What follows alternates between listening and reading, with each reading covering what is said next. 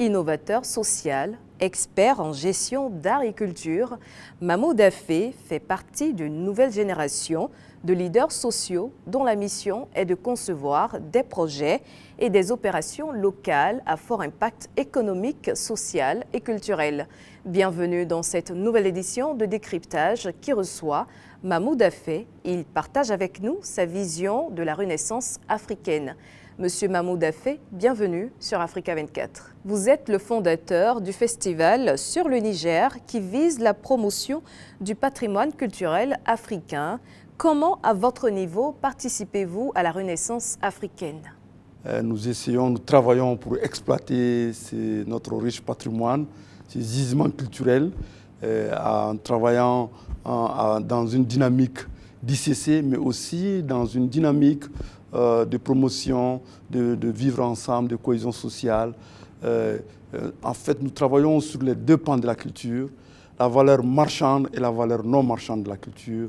Et donc, nous pensons que pour la renaissance de l'Afrique, l'Afrique pourrait rebondir aller vers un nouveau paradigme en se basant sur son riche patrimoine, mais surtout sa créativité artistique qui pourrait être des piliers pour cette nouvelle Afrique que nous attendons tant. Et c'est pourquoi nous pensons que la culture est la solution. Et la culture, c'est ce qui nous lie, nous relie et qui permet de tisser et de recoudre les liens sociaux. Et je pense qu'aujourd'hui, au chevet du continent, nous pensons que nous avons plus que jamais besoin de retisser ces liens avec la diaspora, avec les afrodescendants, et surtout, j'allais dire, avec la communauté mondiale africaine. Quel constat faites-vous aujourd'hui de la représentation de la culture africaine ?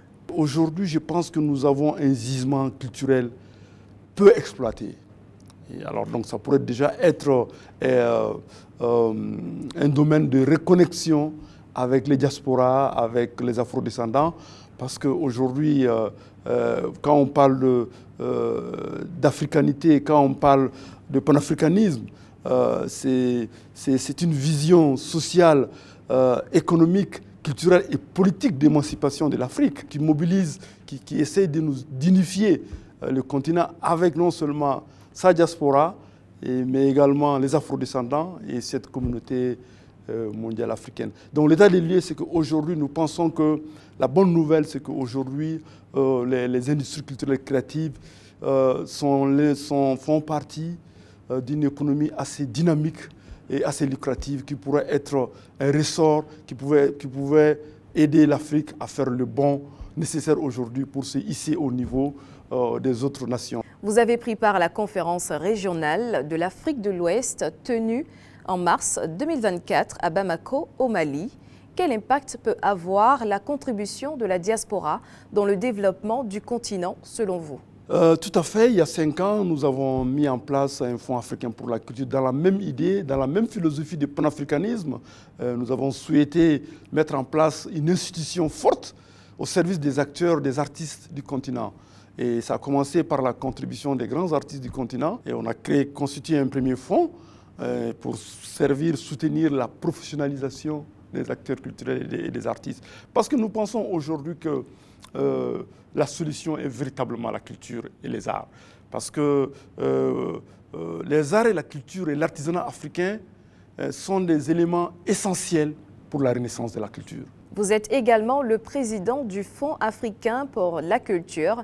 Que vise la mise en place de ce fonds ? Aujourd'hui, nous avons des statistiques qui nous permettent de dire que la diaspora, quelquefois dans certains pays, contribue plus, investisse plus que l'aide au développement. Donc c'est connu et établi.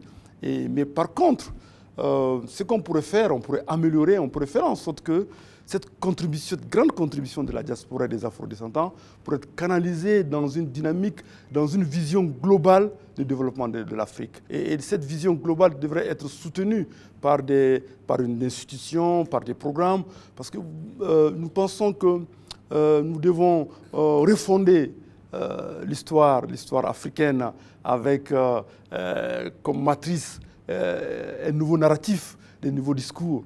En tant qu'acteur culturel, quelle est votre notion de la nouvelle pensée africaine ? Je voudrais ajouter que cette conférence avec les diasporas, les afrodescendants, est en résonance avec ce qu'on appelle la nouvelle pensée africaine. Cette nouvelle pensée africaine stipule que nous sommes avec un nouveau type d'Africain, une Afrique qui s'assume, qui s'exprime et qui s'affirme. Monsieur Mahmoud Affé, merci d'avoir répondu aux questions d'Africa 24. Merci à toutes et à tous d'avoir suivi cette édition de décryptage. L'information continue sur Africa 24.